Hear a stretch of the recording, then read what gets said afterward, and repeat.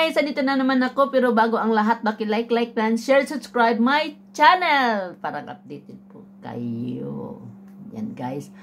At meron akong tip na ibibigay sa inyo kung paano maglinis, lalo na sa isang araw, 3 lilinisin mo kung mga private na bahay. Oo guys, kasi 'di ba yung private na mga bahay is medyo may pagkamarumi.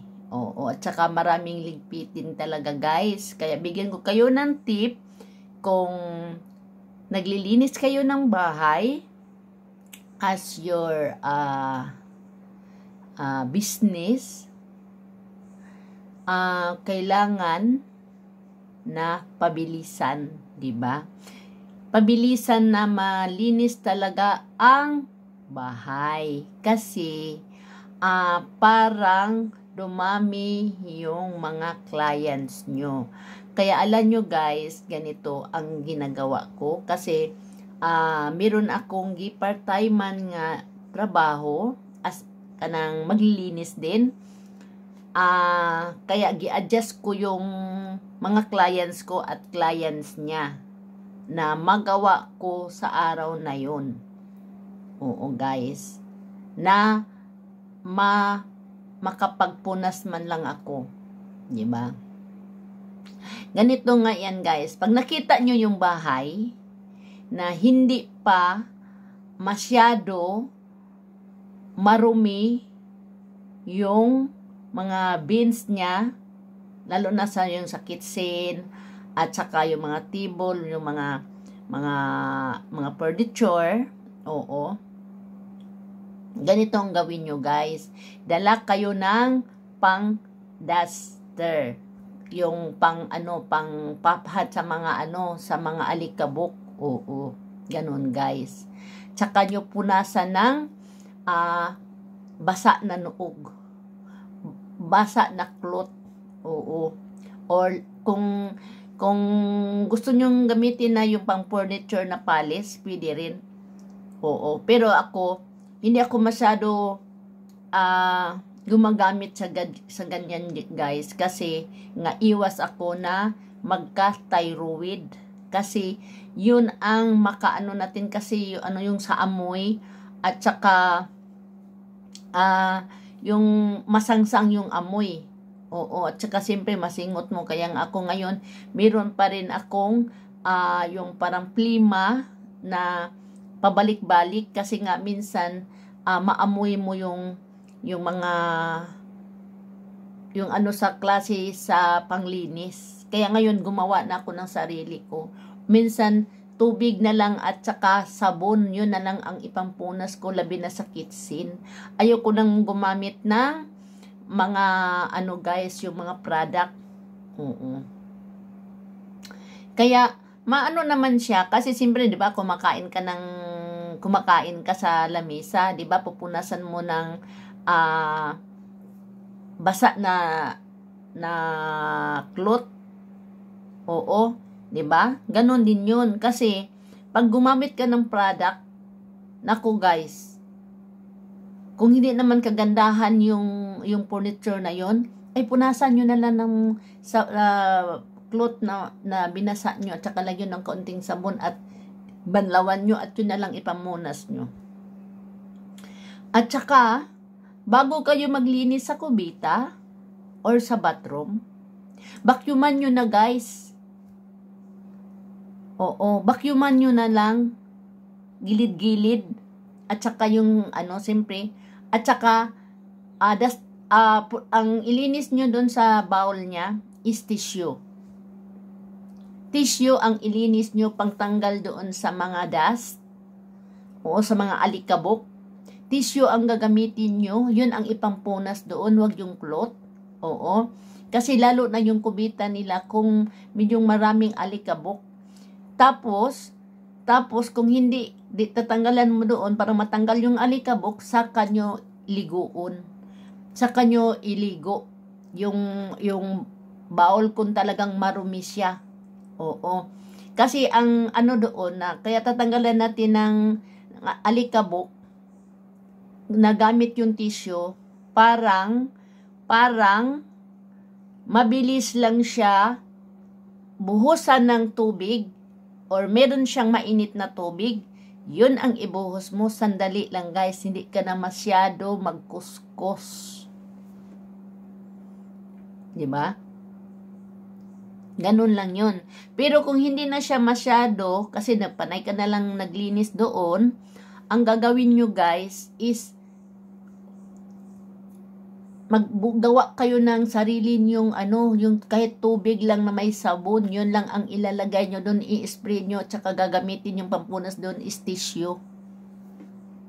Oo, yung sa katawan ng bowl, oo, sa kubita, yun, lagyan mo muna punasan mo muna siya bago mo siya isprihan ng tubig na may sabon na dishwasher. Oo. Parang hindi ka makasingo ng amoy sa product na nilagay mo. Kasi simple tubig lang yun at saka sabon. Yan ang inano ko guys. Yan ang ginagamit ko. At saka, siyempre, pag nabasa yung sahig, mahirap na vacuumin. Kung pwede vacuum o kung nakita nyo na hindi masyado marumi ang bahay, vacuum kayo agad guys bago kayo maglinis sa kubita, parang hindi kayo mahirapan. Vacuumin nyo lahat. Oo, bago kayo maglinis sa kitchen, vacuum nyo lahat. Basta kikita nyo na tapos pag halimbawa nagpunas kayo doon sa kitchen, dandahanin nyo na lang, wag nyo na lang ilaglag doon sa wag nyo na lang ilaglag sa sahig. Tsaka, tubig lang at tsaka guys, yun ang panglaban. Kasi, tayong, naglilinis ng mga bahay or mga guys, nako, kahit sa hotel or sa Airbnb kayo, huwag kayong masyadong gumamit ng product, guys. Kasi alam mo, yun ang nakaumpisa sa akin sa thyroid. Hindi naman nila alam guys na ang ginamit mo tubig at saka at saka malinis pati. Kasi pwede mo banlaw-banlawan yung cloth na ginamit mo. At saka wag kayong masyadong magamit ng cloth doon sa kubita. Tissue guys. Kailangan tissue ang gamitin nyo doon kung maglinis mo sa kubita. Tissue. Doon na lang kayo magamit ng doon sa bathroom. Pero sa toilet, tissue guys. Tissue guys ang gagamitin nyo. Kasi, pag gamitan nyo ng cloth, siyempre di mo alam, marumi yun. Marumi yun talaga yung kubita, di ba? So, parang cloth na yung lang, tissue na lang ang gagamitin nyo guys. Yan ang ibigay ko sa inyo ng tip. At saka, mabilis pa at malinis pa. Oo. Kaya yun nagtagal ako sa mga client ko kasi yun ang ginagawa ko talaga guys. At ako'y nagdadusting. Oo. Kasi siyempre sarili kong business yun. Pero yun ang hinahanap ko ng paraan na pabilisan na sa 3 oras, hindi pa matapos yung 3 oras ay tapos ka na. Vacuum ka guys. Pag nakita mo yung bahay na hindi masyado marumi, mag-vacuum ka, vacuuman mo lahat. Parang pang naglilinis ka na lang, nagdadusting ka or hindi na masyado, kahit mapatak-patakan mo ng tubig, hindi ka mahirapan mag-vacuum. Yun ang gagamitin. Yan ang ginagamit ko guys. Kalain mo guys, 3 bahay ang malinis ko sa isang araw. Diba? May Airbnb pa ako. At kung halimbawa, mag-biddings kayo, magpalit kayo ng mga sapin sa kama, dala kayo ng yung guys, yung panundot sa sapatos. Oo, na ganun kahaba, gayon ang gagamitin nyo. Oo. Yun ang gagamitin nyo pang sundot, parang hindi masubsob yung kamay nyo at saka hindi mabali sa, lalo na kung mga malalaking kama, yun ang gagamitin nyo yung pang ano sa sapatos, yung ganun kahaba, yung pang sundot sa sapatos para mapasok yung paa natin sa sapatos, yun ang gagamitin nyo guys. Yun ang technique kong ibibigay sa inyo kasi yun ang ginagamit ko at easy pa rin siyang gagawin at mabilis pati. Kasi sundot ka na lang ng sundot sa gilid.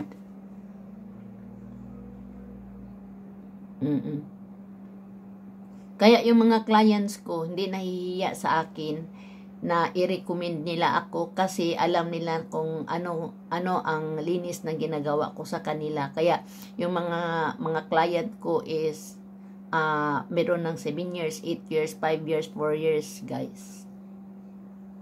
Oo.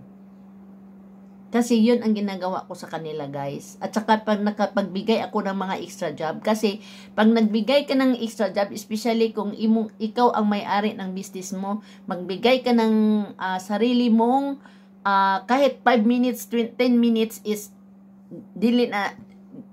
hindi masyado big deal yan. Especially kung imo ng business. Kasi i-recommend ka nila. Kaya yun ang nangyari sa akin. Ako pa ang nag-give up guys. Kasi nga siyempre nag-iisa lang ako. At saka hindi ako kumuha ng ibang tao na mag-ano sa akin. Kasi ayoko yung